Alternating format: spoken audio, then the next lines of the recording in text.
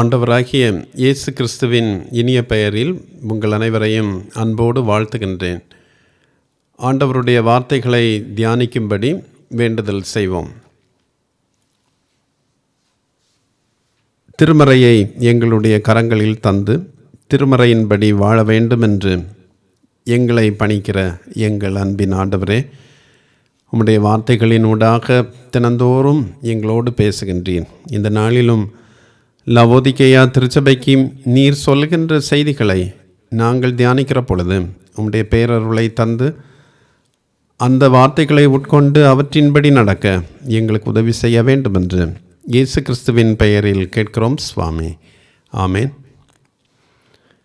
எபேசு, Smyrna, பெர்கமு, தியத்தீரா, Sardis, Philadelphia ஆகிய 6 சபைகளுக்கு செய்தி சொன்ன ஆவியர் 7வது சபையாகிய லவோதிக்கேயாவுக்கு செய்தி சொல்கின்ற பொழுது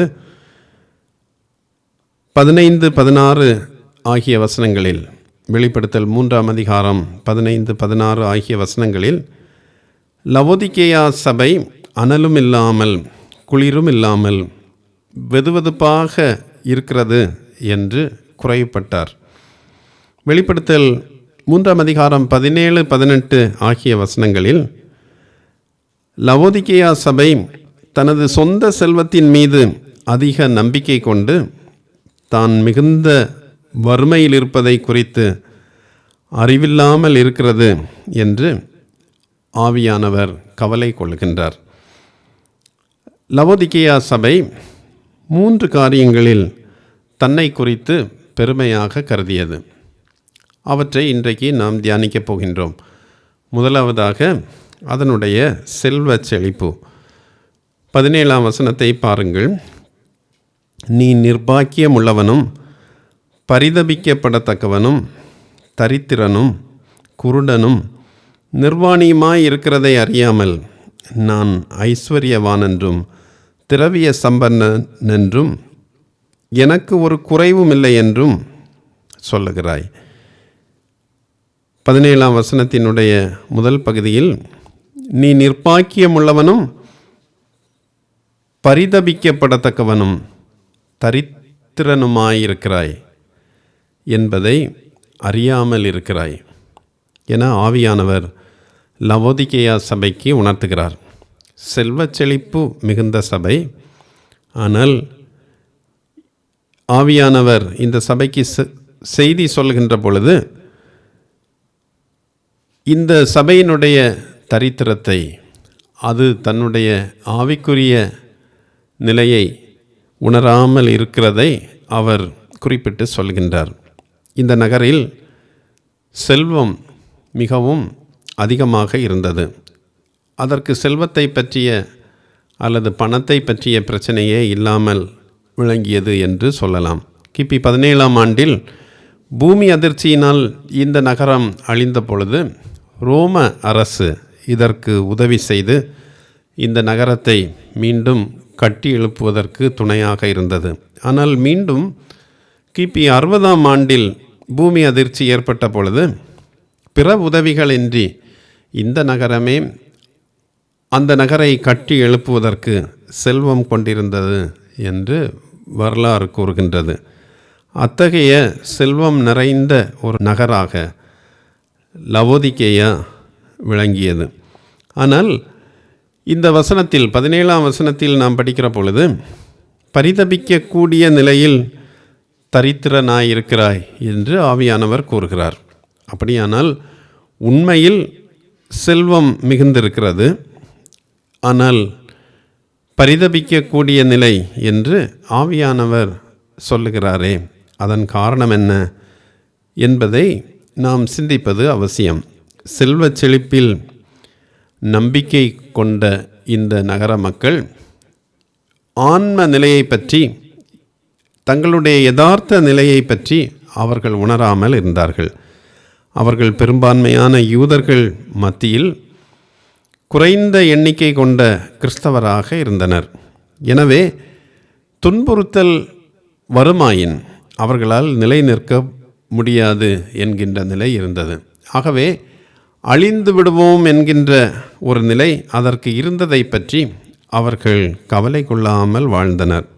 செல்வ செழிப்பையே நம்பி வாழ்ந்ததால் துன்ப காலத்தில் நிலை நிற்கின்ற விசுவாசம் அவர்களுக்கு இல்லாமல் போய்விட்டது. பலருடைய வாழ்க்கையில் இன்றும் இது யதார்த்தமாக இருக்கிறது. தங்களுக்கு ஆசீர்வாதம் வேண்டுமென்று ஓடி ஓடி செல்வத்தை சேர்ப்பதும் ஆசீர்வாதத்தை நாடி செல்லும் வாழ்க்கையிலும் இருக்கின்றவர்களுக்கு திடீரென்று ஒரு துன்பம் அல்லது ஒரு இழப்பு, கடினப்பாடு வருகிற பொழுது அந்த காலத்தில் நிலை நிற்கக்கூடிய விசுவாசம் அற்றவர்களாக வாழ்கின்றனர். இந்த லவோதிக்கேயா சபையினரும் செல்வ செழிப்பில் மிகுந்து அதையே நாட்டமாக கொண்டிருந்ததினால் துன்ப காலத்தில் எப்படி வாழ்வது என்கின்ற ஆன்மீகத்தை அவர்கள் பெற்றிருக்கவில்லை. இதனாலேயே செல்வமிருந்தும் பரிதபிக்கக்கூடிய தரித்திரனாயிருக்கிறாய் என்று ஆவியானவர் கூறுகின்றார். ஆகவே 18ஆம் வசனத்தில் வறிய நிலை நீங்கும்படி நெருப்பிலே புடமிட்ட பொன்னை வாங்கி கொள்ளும்படி ஆவியானவர் லவோதிக்கேயாவுக்கு ஆலோசனை கூறுகின்றார். அந்த வசனத்தை பாருங்கள். நீ ஐஸ்வர்யவானாகும்படிக்கு நெருப்பிலே புடமிடப்பட்ட பொன்னை வாங்கிக்கொள் என்று கூறுகின்றார். 1 பேதுரு 1ஆம் அதிகாரம் 7ஆம் வசனத்தில் புடமிடப்படும் பொன் சோதிக்கப்படும் விசுவாசத்தின் உருவகமாக சொல்லப்படுவதை நாம் பார்க்கிறோம். பொன் நெருப்பினால் புடமிடப்படுவது போல விசுவாசம் உறுதிப்படுவதற்கு துன்பப்படுவது அவசியம் என்று 1 பேதுரு 1ஆம் அதிகாரம் 7ஆம் வசனத்தில் நாம் படிக்கிறோம்.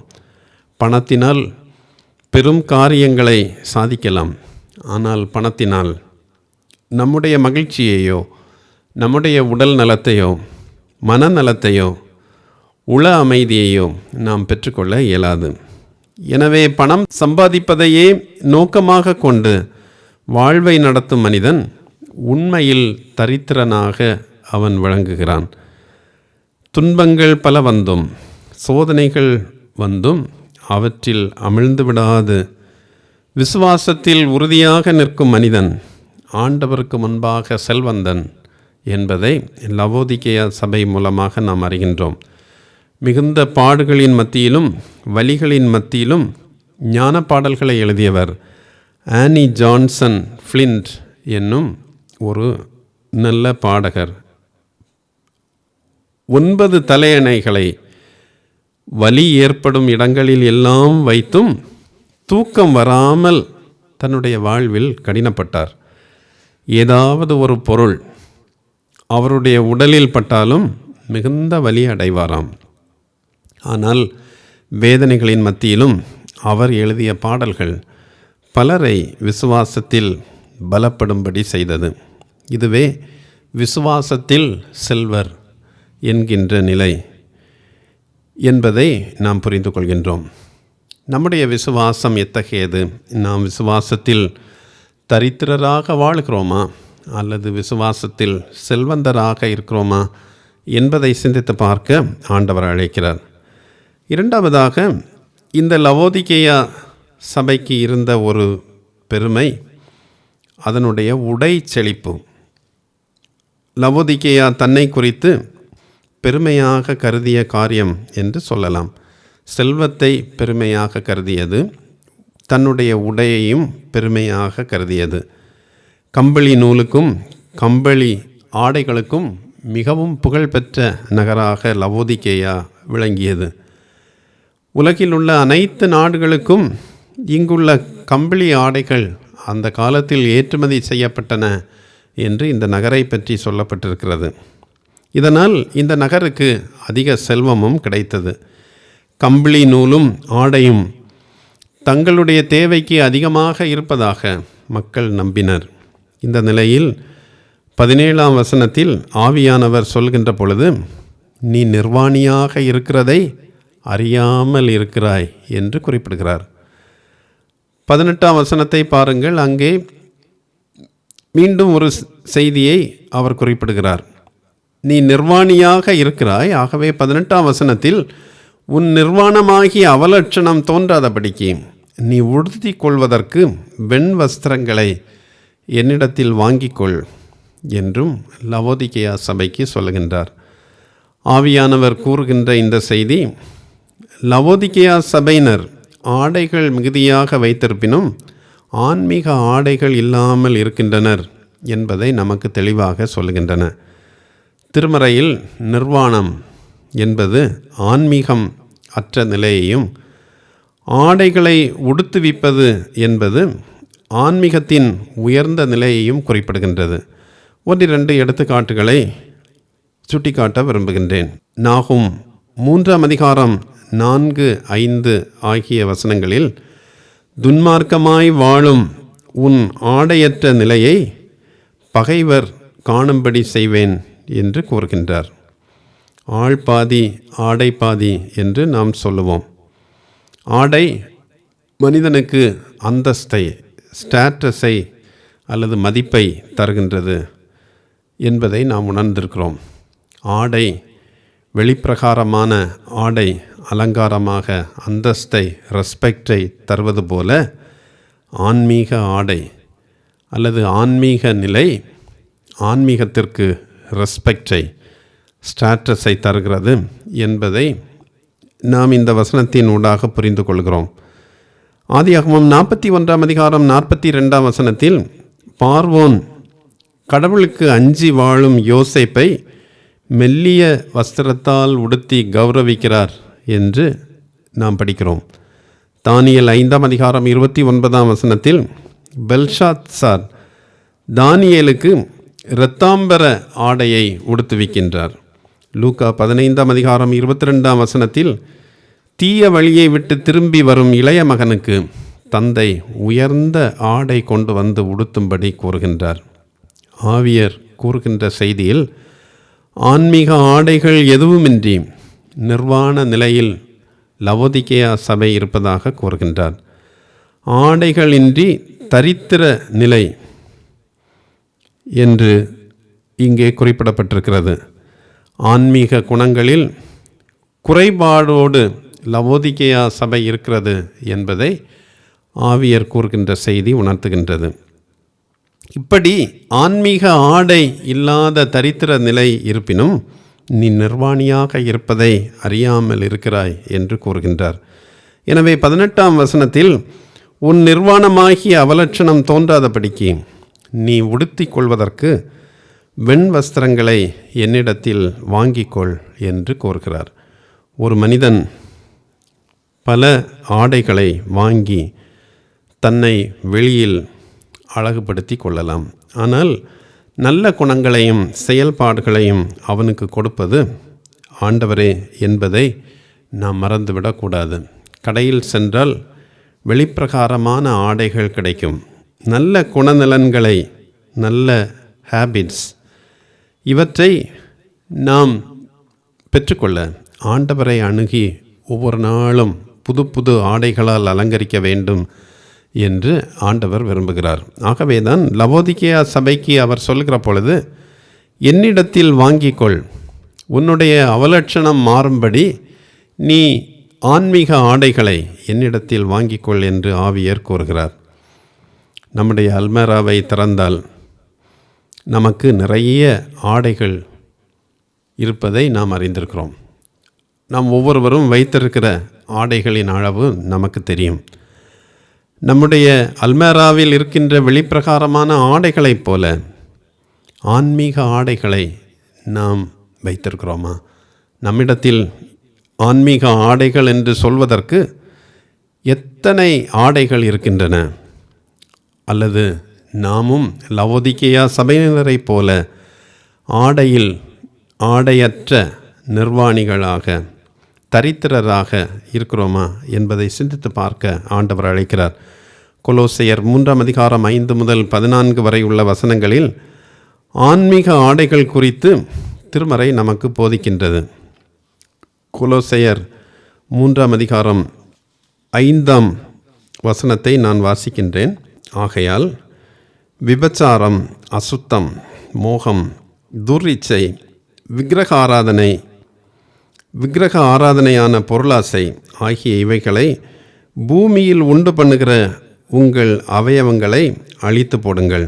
12:13 ஆகையால் நீங்கள் தேவனால் தெரிந்து கொள்ளப்பட்ட பரிசுத்தரும் பிரியருமாய் உருக்கமான இரக்கத்தையும் தயவையும் மனத்தாழ்மையையும் சாந்தத்தையும் நீடிய பொறுமையையும் தரித்து கொண்டு ஒருவரை ஒருவர் தாங்கி ஒருவர் பேரில் ஒருவருக்கு குறைபாடு உண்டானால் கிறிஸ்து உங்களுக்கு மன்னித்தது போல ஒருவருக்கொருவர் மன்னியுங்கள். 12ஆம் வசனத்தை ஆங்கிலத்தில் படிக்கிறேன். Therefore, as God's chosen people, holy and dearly loved, clothe yourselves with compassion என்று தெளிவாக ஆன்மீக ஆடை அணிவதை பற்றி பவுல் கொலோசையருக்கு குறிப்பிடுகின்றார். லவோதிகேயா தன்னை பற்றி பெருமையாக கருதிய 2 காரியங்களை தியானித்தோம். அதனுடைய செல்வச் செழிப்பு, உடை செழிப்பு. 3வது அதனுடைய மருந்து செழிப்பு. லவோதிகேயாவில் ஆஸ்கலிப்போஸ் என்கின்ற பெயர் கொண்ட மருத்துவ பள்ளி, மெடிக்கல் ஸ்கூல் ஒன்று காணப்பட்டது என்று ஆய்வாளர்கள் கூறுகின்றார்கள். இந்த மருத்துவ பள்ளி அல்லது மருத்துவம் கண் மருத்துவத்திற்கு மிகவும் சிறந்ததாக இருந்தது. இவர்கள் தயாரித்த கண் களிம்பும் பொடியும் மிகவும் வலிமை வாய்ந்ததாக, கண்ணுக்கு நலம் தருவதாக இருந்தது. ஆகவே அருகிலுள்ள பல நாடுகளிலுமிருந்து இங்கே வந்து கண் மருத்துவம் பெற்று பலர் சென்றனர். ஆனால் 17ஆம் வசனத்தை பாருங்கள். ஆவியானவர் இந்த சபைக்கு சொல்லுகிற பொழுது, நீ குருடனாய் இருக்கிறதை அறியாமல் இருக்கிறாய். அதற்கு மருந்து இருக்கிறது, கண் மருத்துவத்தில் சிறப்பு பெற்றிருக்கிறது. ஆனால் ஆவியானவர் நீ குருடனாய் இருக்கிறதை அறியாமல் இருக்கிறாய் என்று கூறுகின்றார். 18ஆம் வசனத்தில், ஆகவே பார்வையற்ற நிலையில் இருக்கும் நீ பார்வை பெறும்படி உன் கண்களுக்கு கலிக்கம் போட வேண்டுமென்று ஆலோசனை கூறுகிறார். லவோதிகேயாவில் கண் மருத்துவம் சிறந்து விளங்கிய போதிலும் அந்த சபையினர் ஆன்மீகத்தில் வறியவராகவும் ஆன்மீக ஆடையின்றி நிர்வாணிகளாகவும் இருப்பதை அறிய இயலாத பார்வையற்றோராய் அல்லது குருடராய் இருக்கின்றனர் என்று இங்கே ஆவியானவர் கூறுகின்றார். ஆகவே 18ஆம் வசனத்தின்படி நீ பார்வை பெற உன் கண்களுக்கு கலிக்கம் போட வேண்டும் என்று ஆலோசனை கூறுகிறார். கலிக்கம் என்பது கண்களுக்கு இடுகின்ற ஆயின்மெண்ட். லவோதிகேயா ஆயின்மென்றை ஒரு முறையிட்டாலே அதற்கு குணம் கிடைக்கும் என்று அந்த மருத்துவத்தின் சிறப்பை கூறுகின்றனர். இங்கு ஆன்மீக கலிக்கம் என்பது கடவுளுடைய வார்த்தை என்று நாம் பொருள் கொள்ளலாம். சங்கீதம் 19:8 வசனம் இப்படி சொல்லுகிறது, கர்த்தருடைய கற்பனை கண்களை தெளிவிக்கிறதுமாயிருக்கிறது என்று நாம் படிக்கிறோம். யாக்கோபு 1:22 முதல் 25 வரை வருகின்ற வசனங்களை நான் வாசிக்கிறேன்.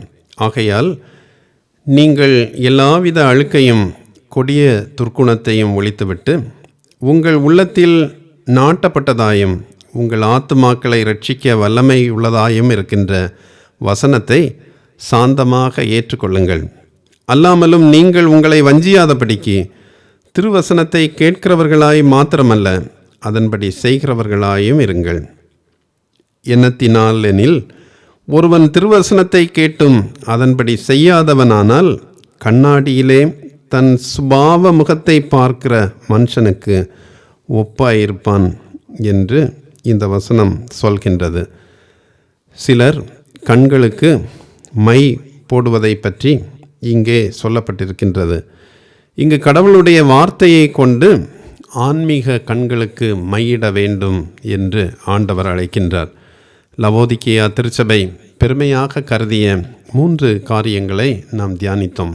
செல்வச் செழிப்பு, உடை செழிப்பு, மருந்து செழிப்பு ஆகிய 3 காரியங்களை கொண்டு 3 கேள்விகளை ஆண்டவர் இன்றைக்கு நம்மிடம் கேட்கிறார். விசுவாசத்தில் நாம் தரித்திரரா, செல்வந்தரா? அடுத்த கேள்வி, ஆன்மீக ஆடைகளில் நாம் நிர்வாணிகளா, ஆடை தரித்தவர்களா? ஆன்மீக ட்ரெஸ்ஸஸ் அல்லது ஸ்பிரிச்சுவல் ட்ரெஸ்ஸஸ் நம்மிடம் எத்தனை இருக்கின்றன? 3வது கேள்வி, நமது ஆன்மீக நிலையை உணரும் கண் பார்வை நமக்கு இருக்கிறதா? நம்மை ஆய்ந்து கடவுளிடம் அர்ப்பணிக்க ஆண்டவர் நமக்கு உதவி செய்வாராக. ஆமேன். ஜெபிப்போம். ஆண்டவரே, செல்வ செழிப்பு, உடை செழிப்பு, மருந்து செழிப்பு கொண்ட லவோதிக்கேயா தன்னுடைய ஆன்மீக நிலையில் இருந்த வறிய நிலையையும் ஆடையற்ற நிலைமையையும் கண்களில் பார்வையற்ற நிலையையும் ஆண்டவர் எங்களுக்கு கற்றுக் கொடுத்தேன். எங்களுடைய வாழ்வில் வளமாக வாழ்கிறோம் என்று நினைத்து கொண்டு ஆன்மீகத்தை இழந்து விடாதபடி உம்மை சார்ந்து ஒவ்வொரு நாளும் ஆன்மீகத்தில் நாங்கள் வலுப்பெற எங்கள் ஒவ்வொருவருக்கும் துணை செய்ய வேண்டும் என்று இயேசு கிறிஸ்துவின் பெயரில் வேண்டுகிறோம் சுவாமி. ஆமேன்.